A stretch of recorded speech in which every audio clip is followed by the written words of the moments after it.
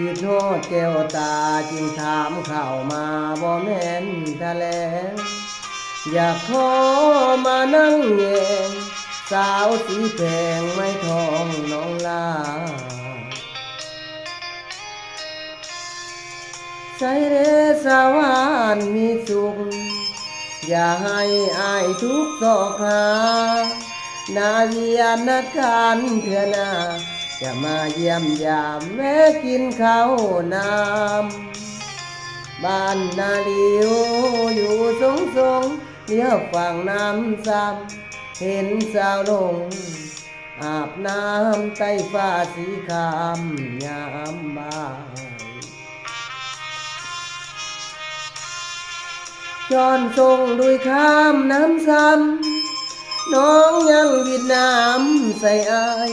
สาวทาดเมืองพระน้องมาใส่อย่าลืมเด้ออายน้องสาวหัวพันก่อนจากน้องไปเอิ้นสั่งขวัญใจขอลาก่อนนะ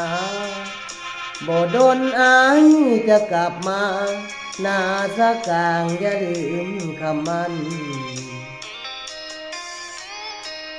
สาวนาน้องบัวขับมงน้องขับส่งอายคืนนั้นถึงแม้นหลายปีพ้นผ่านสำเนียงน้องนั้นอายยังบ่ลืม